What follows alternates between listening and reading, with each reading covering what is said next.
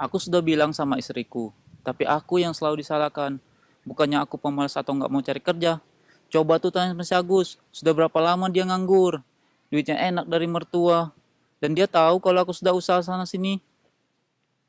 Buat sekolah anak kan bisa pinjam dulu sementara. Si Arif, si Mahfud, masih mau ngasih pinjaman sama kita. Malu sih malu, tapi harus bagaimana lagi? Cari kerja sekarang susah. Jangankan tamatan SMA, S1 seperti aku aja susah. Aku bilang sama istriku, jangan salahkan aku, salahkan tuh pemerintah. Dia malah ketawa aku bilang begitu. Dia mana mau tahu kalau aku sudah usaha sana sini cari kerja, cari pinjaman, pulang malam gak bawa uang, muka dicemberutin. Tidak semua orang mengerti apa yang sedang aku alami. Ketika keadaan buruk menghantam, aku mencoba untuk berkutat dengannya. Mencoba mencari jalan keluar. Memperbaiki sedikit demi sedikit apa yang menyebabkan semua ini terjadi. Bertahan dari tekanan yang begitu berat. Semua orang tidak peduli selain diriku sendiri. Aku hanya bisa menyadari bahwa rumah yang aku bangun selama ini sudah begitu rapuh, dengan pondasi yang nyaris runtuh berkeping-keping. Aku sudah berusaha dan berusaha untuk memperbaiki ini semua. Aku kerjakan apa saja. Aku bukanlah seorang pemalas. Aku ingin membuktikan pada semua orang bahwa ini bukan salahku. Ini salah keadaan. Aku seorang pekerja kantoran, begitu gagap ketika harus bekerja kasar. Aku diajak untuk kerja sampingan di bengkel. Aku bongkar dan preteli motor satu persatu seharian, tapi lupa untuk memasangnya kembali. Siang malam aku berusaha mencari uang recehan untuk istri dan anak, agar nanti tidak pulang dengan tangan kosong dan disambut dengan muka masam oleh istriku. Begitu susah dan menyakitkan. Seorang teman memintaku untuk berjualan sate dekat Jalan Sepanas. Hanya dibayar dengan 20 tusuk sate. Aku hanya bisa geleng-geleng kepala dan tersenyum ketir. Dan tak terhitung aku mencoba melamar ke kantor-kantor. Jadi bagaimana? Ya saya coba aja Pak. Siapa tahu ada pekerjaan yang pas buat saya di sini. Sudah 4 tahun saya nganggur. Lama sekali. Apa kamu ada pengalaman? Selama ini saya freelance Pak. Sebelum saya nganggur, selama 3 tahun saya pernah bekerja sebagai programmer. Mana tahu di sini ada pekerjaan yang pas buat saya Pak. Tapi saya ini pengusaha mebel. Apa kamu mau saya suruh gosok-gosok kayu? Aku tidak bisa lagi berpikir. Kadang-kadang rasa frustasi sering datang menghampiri. Aku ingin berteriak sekuat-kuatnya, tapi yang ada hanyalah udara yang kosong dan kesunyian. Kenapa aku seperti ini? Kenapa aku begini? Kenapa? Keluh kesah tidak ada gunanya. Aku harus bertahan, bertahan dan bertahan. Atau aku menjadi udara yang kosong dan kesunyian itu sendiri. Hidup itu sebenarnya sederhana, tapi kenapa jadi serumit ini? Aku juga tidak mengerti. Aku tidak bodoh dan tidak malas. Tapi kenapa begitu susah hidup ini? Aku lulusan sarjana, tapi menyerah dengan kesederhanaan hidup ini. Apakah aku salah belajar? Aku tidak pernah dididik untuk bertahan hidup dalam situasi ini. Sekolah hanyalah menghafal dan lulus ujian dengan nilai pas-pasan. Aku malu pada keluargaku, orang tua, teman-temanku. Aku tak sanggup memenuhi kebutuhan keluargaku sendiri. Aku seorang lelaki. Keluargaku adalah tanggung jawabku. Aku yang harus menghidupi mereka. Aku yang harus menyediakan makanan di meja, pakaian, dan rumah. Tapi saat ini aku tidak bisa berbuat apa-apa. tidak bisa melakukan apa-apa. Aku bukan seorang laki-laki. Aku bukan seorang suami, seorang ayah. Aku bukan apa-apa.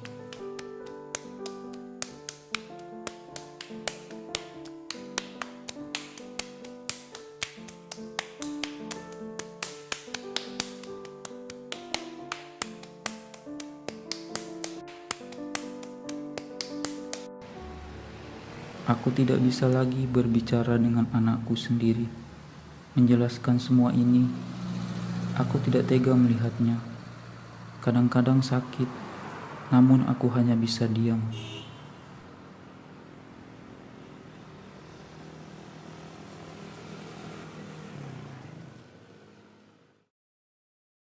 Udah 3 kali aku bilang sama abang. Aku juga gak enak mau bilang terus. Tapi gimana? Minggu ini si Cika harus masuk sekolah. Sepatu, tas, buku, semuanya belum punya. Aku tadi juga udah bilang sama bapak untuk pinjam duit sementara. Tapi dia bilang lagi kosong. Gimana bang? Kasihan juga si Cika. Atau enggak, abang bisa gadekan dulu akte rumah. Kan ada. Bilanglah sama bapak biar dia gak marah. Iya, aku tahu. Dari kemarin juga aku udah usaha sana sini cari pinjaman. Si Arif malah kabur aku datang ke rumahnya. Kalau gadekan akta janganlah. Coba besok aku tempat si Gultom. Mau tahu dia mau ngasih sedikit pinjaman. Pinjam sana sini nanti bayarnya gimana bang? Malu juga sama yang lain. Iya, terus harus bagaimana lagi? Tagihan-tagihan dan hutang-hutang yang setiap hari semakin menumpuk membuat duniaku terbolak-balik, seakan-akan mau jatuh bebas dari atas. Apakah aku sanggup? Apakah aku bisa? Apakah aku? Setiap hari, sedikit demi sedikit, aku hilang dan tersesat di jalan.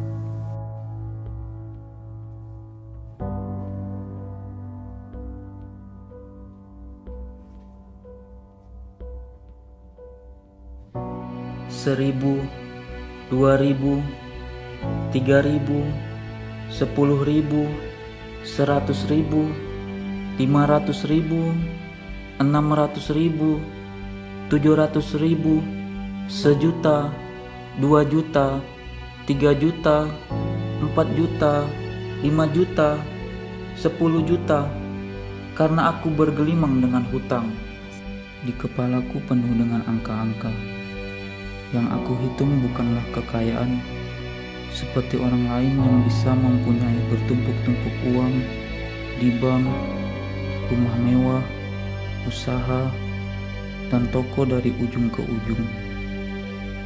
Yang aku hitung adalah hutang-hutang, tagihan-tagihan, kebutuhan-kebutuhan yang harus aku bayar dengan sesuatu yang aku sendiri tidak punya. Aku hitung dan aku hitung karena aku hanya bisa menghitung. Ini 100.000 cukup kan buat seminggu? Si Ari minta tolong jemput dia di bandara sama temannya dia makan, malah dikasih uang, lumayan gak ngutang. 100.000 seminggu mana cukup bang, paling 3-4 hari juga habis. Itu pun gak bisa makan daging, paling makan tahu tempe aja. Yang penting adalah jangan ngeluh terus. Masih untung dikasih uang, sedikit ngeluh. Bukannya ngeluh bang, abang jarang ke pasar sih. Coba ke sana, apa-apa harga semuanya naik. Jadi jangan cuman bilang kalau seminggu itu cukup. Nah kan, kenapa harga naik? Salah siapa coba? Masa salah aku juga? Aku berdiri di antara anak istri, keluarga, dan teman-teman. Tapi aku serasa tidak ada di mana-mana. Aku ini siapa? Aku ini sarga uang gaji yang dulu diterima setiap bulan. Sekarang tidak bekerja, tidak ada gaji. Aku ini tidak ada. Aku ini hanyalah kemarahan dalam lembaran-lembaran uang bulanan. Aku seperti terperangkap oleh kerumitan, ketidakjelasan keadaan ini. Aku ingat hidupku tidak seperti ini Aku terjerembab ke dalam penjara yang tak nampak. Bang, makan dulu. Iya, ntar.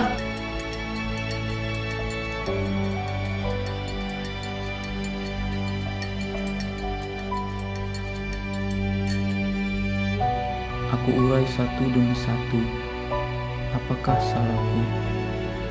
Apakah salah keadaan ini? Apakah salah semua orang? Tapi yang jelas semua orang mulai menyalahkanku, terutama istriku.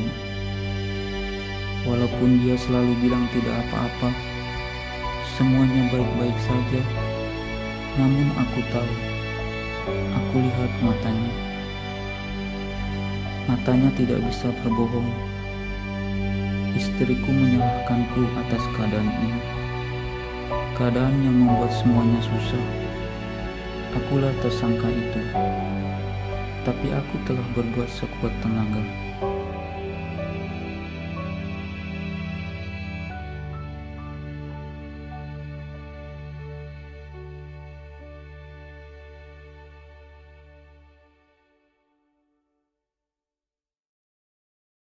Aku melihat diriku tersesat di tempat yang tidak asing.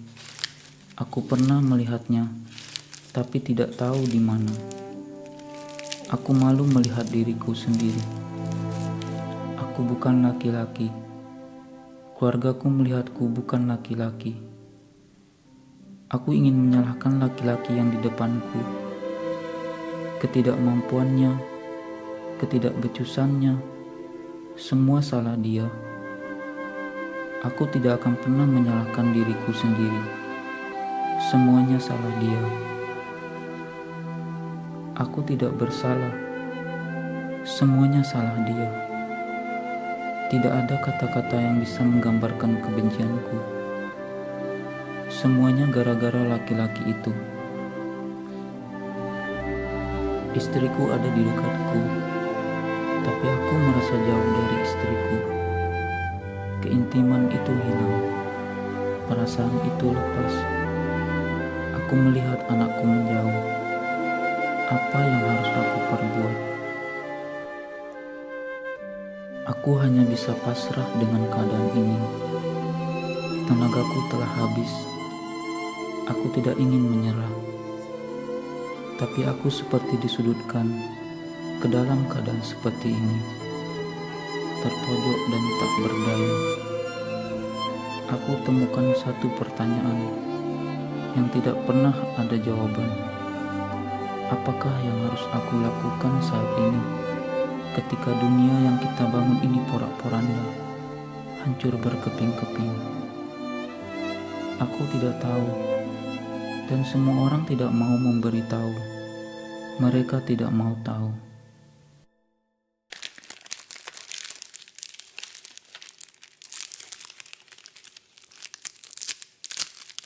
Kekecewaanku menjadi amarah yang terpendam, seperti gelombang lautan.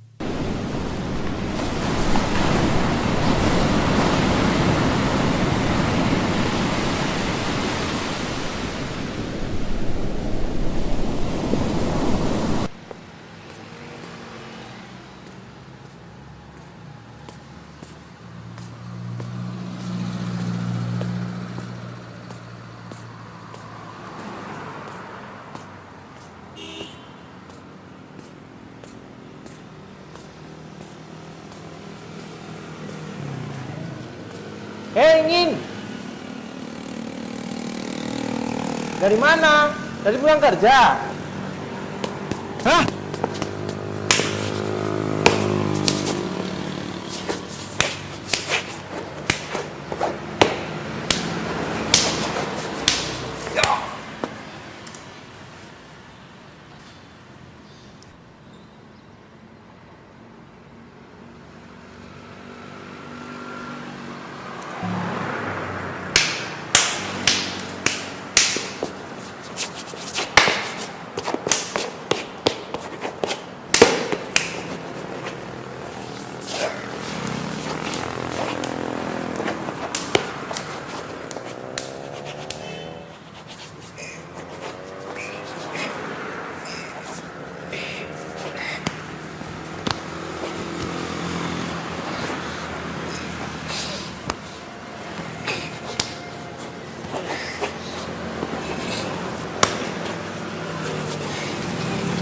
Bangsat lo, salah gue apa? Anjing lo.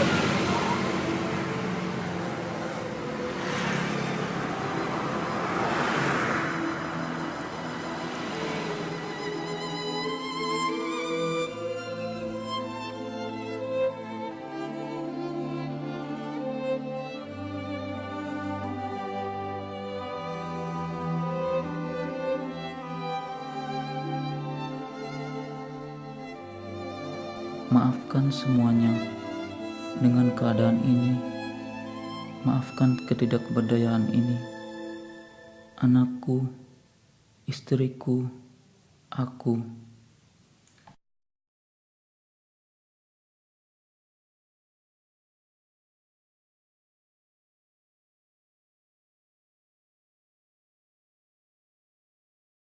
Punya suami pengangguran mana enak. Malu juga kalau tetangga nanya, sudah kehabisan alasan. Kenapa abang gak disuruh cari kerja lah, inilah, itulah. Bu Ningsi tetangga belakang malah nyuruh cari suami baru yang bonafit.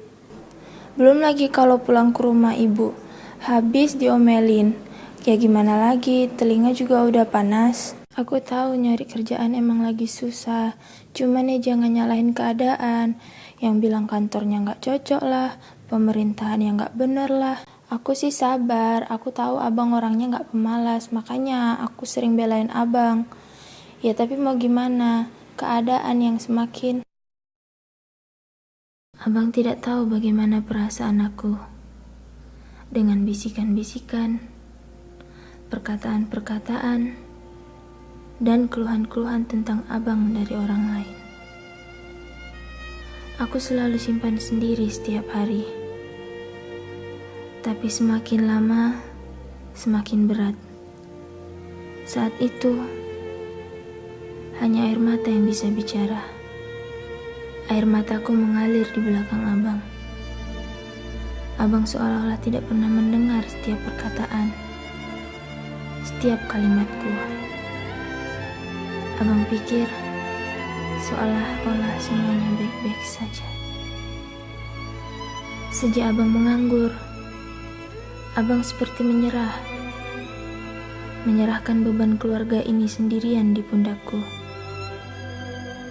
Aku sudah mencoba untuk bertahan selama ini dengan segala cara. Abang juga tahu, aku bukan orang yang cepat untuk menyerah.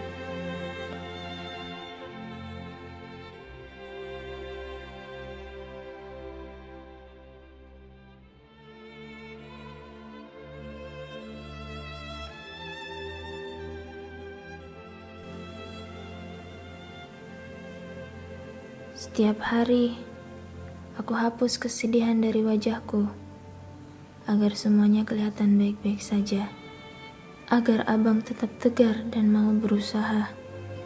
Setiap tetesan air mata, aku simpan dalam gelas, agar tidak terjatuh di depan abang. Setiap kali, keadaan semakin memburuk. Aku selalu mengingat masa awal-awal pernikahan kita. Abang yang begitu baik dan perhatian. Sampai kita punya si Cika. Dan aku ingin melupakan beberapa tahun ini. Aku masih berharap dan sering melihat abang. Melihat sisa-sisa abang yang dulu.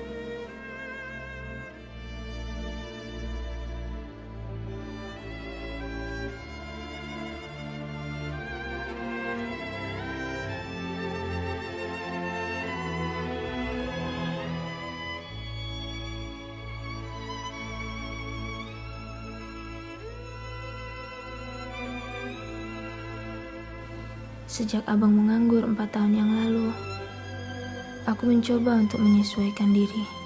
Semuanya aku hemat. Aku sudah berusaha juga untuk pinjam sana-sini, secara sembunyi-sembunyi dari abang. Mas, air? Karena abang suka marah kalau tahu aku pinjam uang. Bekerja juga abang larang. Katanya bikin malu abang sebagai laki-laki. Makasih ya. Sebagai kepala rumah tangga. Hutang kita di mana-mana. Setiap mau mampir ke rumah saudara, mereka selalu berprasangka kita akan pinjam uang. Saudara-saudara mulai menjauh. Teman-teman satu-satu menghilang. Keluarga seperti menganggap kita tidak ada. Aku selalu menganggap ini bukan gara-gara abang. Tapi abang sendiri juga yang seolah-olah tidak peduli. Seandainya saja, seandainya saja kita kaya. Tidak mungkin mereka menjauh, menghilang, dan menganggap kita tidak ada.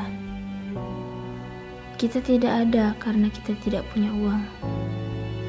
Dunia ini hanya seperti itu. Bukan aku yang membuatnya. Bukan aku yang ingin. Hanya terjadi seperti itu. Seperti sebuah permainan. Permainan yang tidak bisa kita mainkan.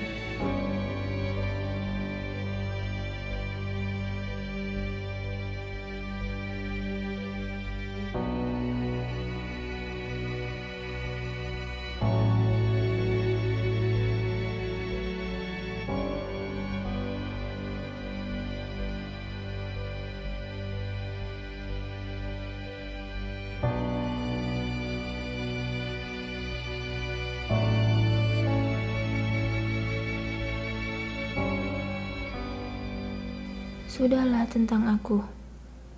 Si Cika yang aku khawatirkan. Masa depannya. Sebagai seorang ibu, aku merasakan ketidakberdayaan. Karena tidak bisa memberikan yang terbaik untuk anak. Aku ingin menangis. Aku ingin menjerit. Dan berteriak. Tapi hanya senyum dan kasih sayang yang aku tampakkan di depan dia. Biarlah dia tidak tahu dunia yang kita tahu. Biarkan dia tetap polos dengan dunia ini. Biarkan kita saja yang tahu.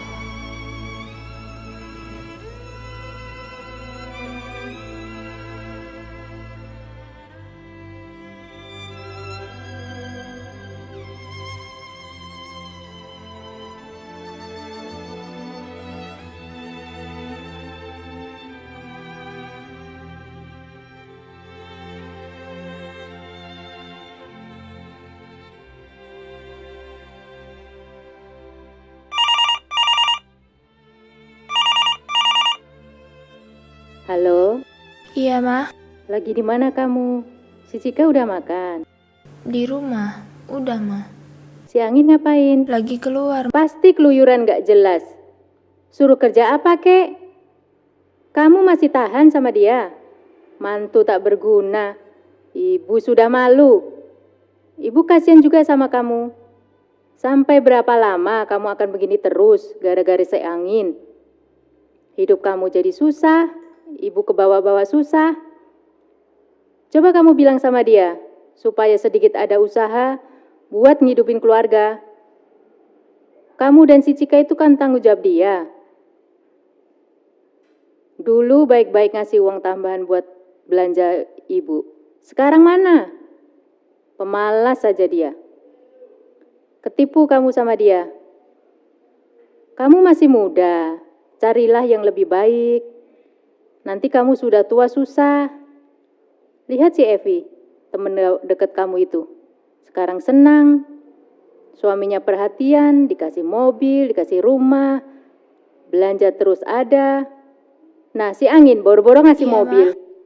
Rumah aja warisan keluarga. Kesel ibu kalau ngomongin dia. Gak ada yang benar.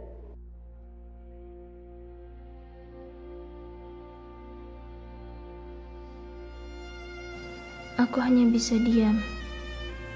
Kata-kataku menjadi awan yang terhempas angin. Lenyap, hilang begitu saja. Aku hanya bisa diam. Dan tak satu pun bunyi yang keluar. Kenapa? Kenapa? Bagaimana? Bagaimana? Apakah? Apakah? Apakah abang tidak bisa melihat mataku? Melihat di kedalamannya.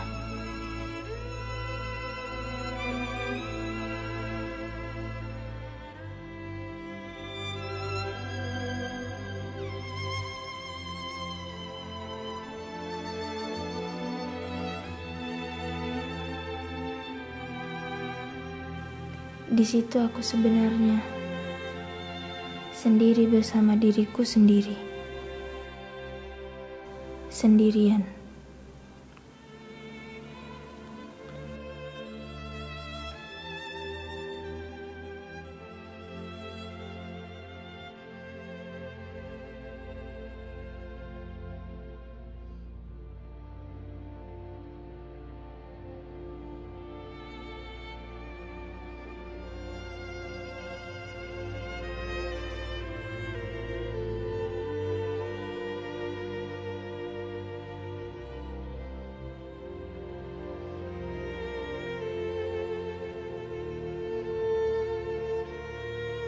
Apapun yang telah terjadi, apapun yang telah dunia berikan kepada kita, biarkanlah ini menjadi catatan hidup kita.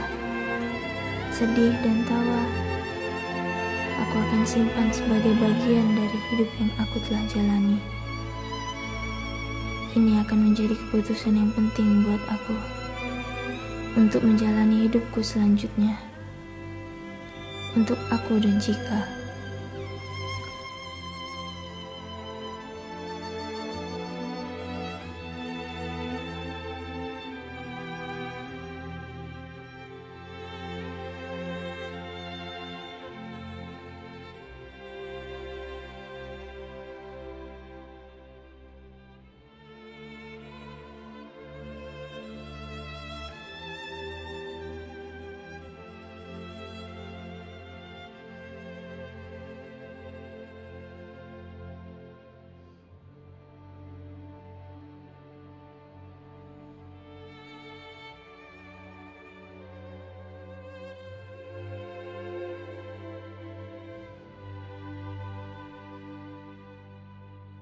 Aku ingin kembali seperti semula, ketika senyum dan tawaku sering terlihat.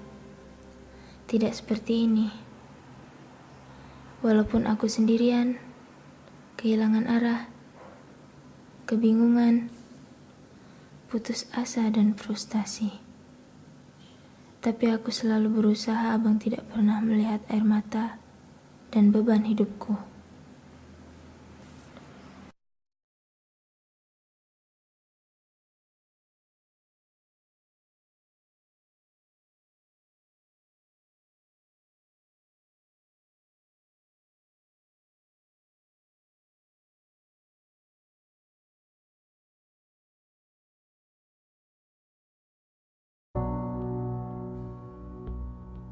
(1998) menjadi saksi bagi tragedi perekonomian bangsa.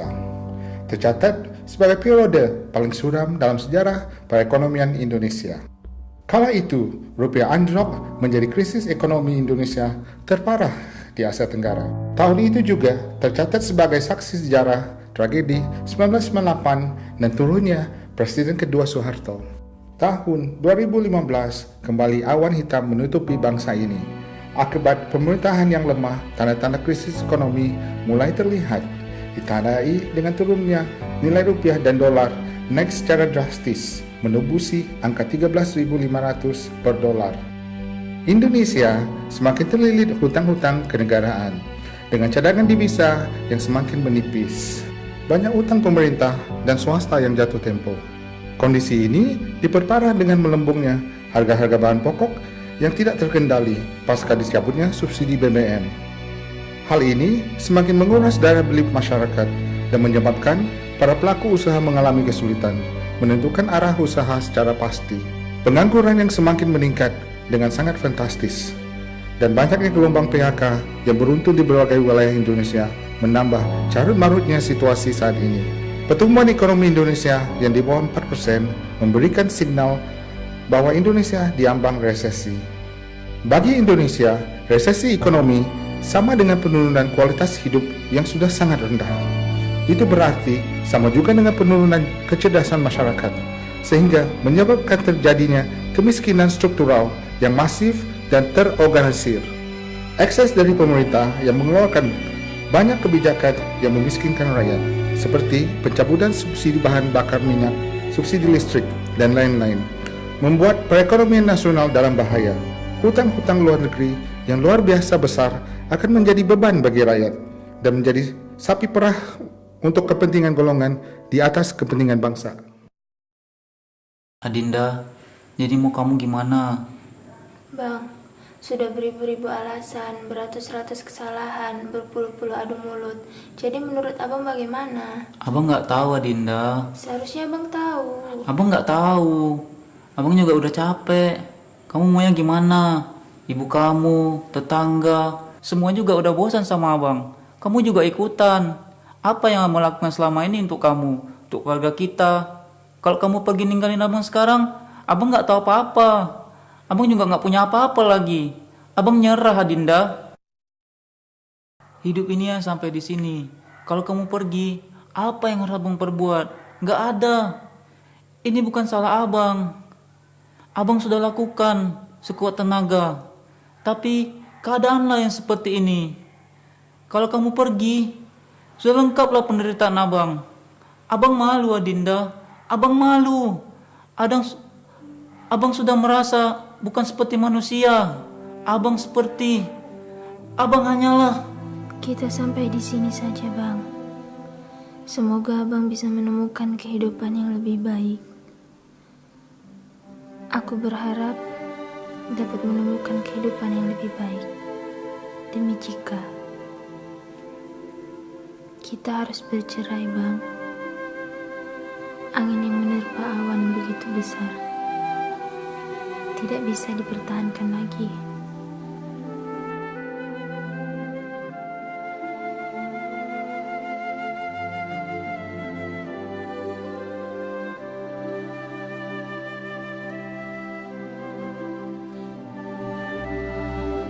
Dek, Adinda, apa yang harus aku katakan lagi? Kata-kataku tidak akan bisa merubah keputusanmu itu. Aku merasakan kepedihan di matamu. Hatiku terasa ditusuk dengan 1000 pisau. Pedih menerima keputusanmu itu. Semua usahaku sia-sia di tengah jalan. Aku gagal sebagai suami, ayah, dan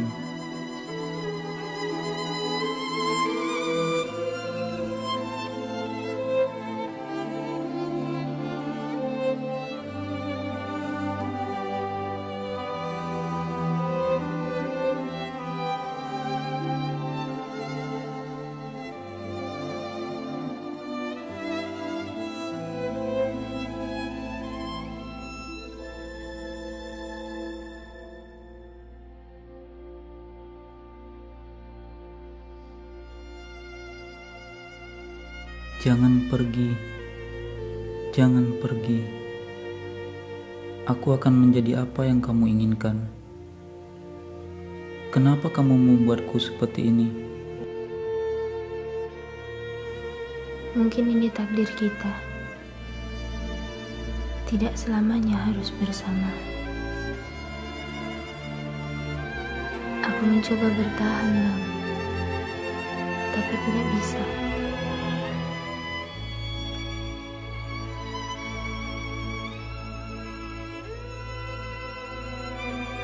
Aku masih mencintaimu, Adinda. Aku tidak ingin berpisah denganmu. Aku akan berusaha lebih baik lagi. Aku akan perbaiki semua ini. Berjanjilah untuk tidak pergi meninggalkanku. Jangan biarkan aku sendiri. Bagaimana hidupku tanpa kamu dan Cika?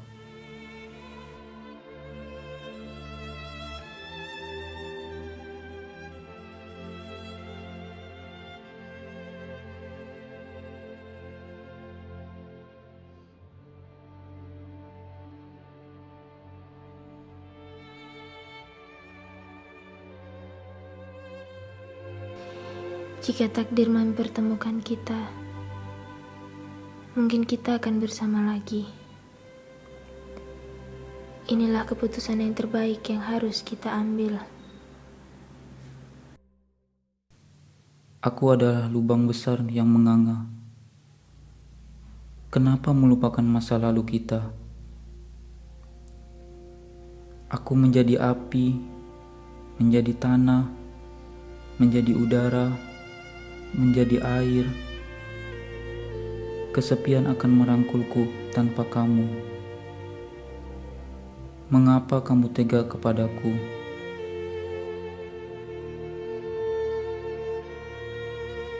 Pada akhirnya, semua tidak akan baik-baik saja.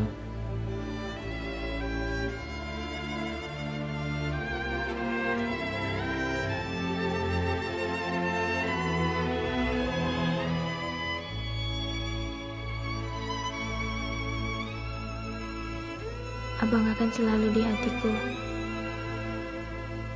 Walau bagaimanapun, Abang adalah ayah dari anak kita. Adinda! Cika! Adinda! Cika!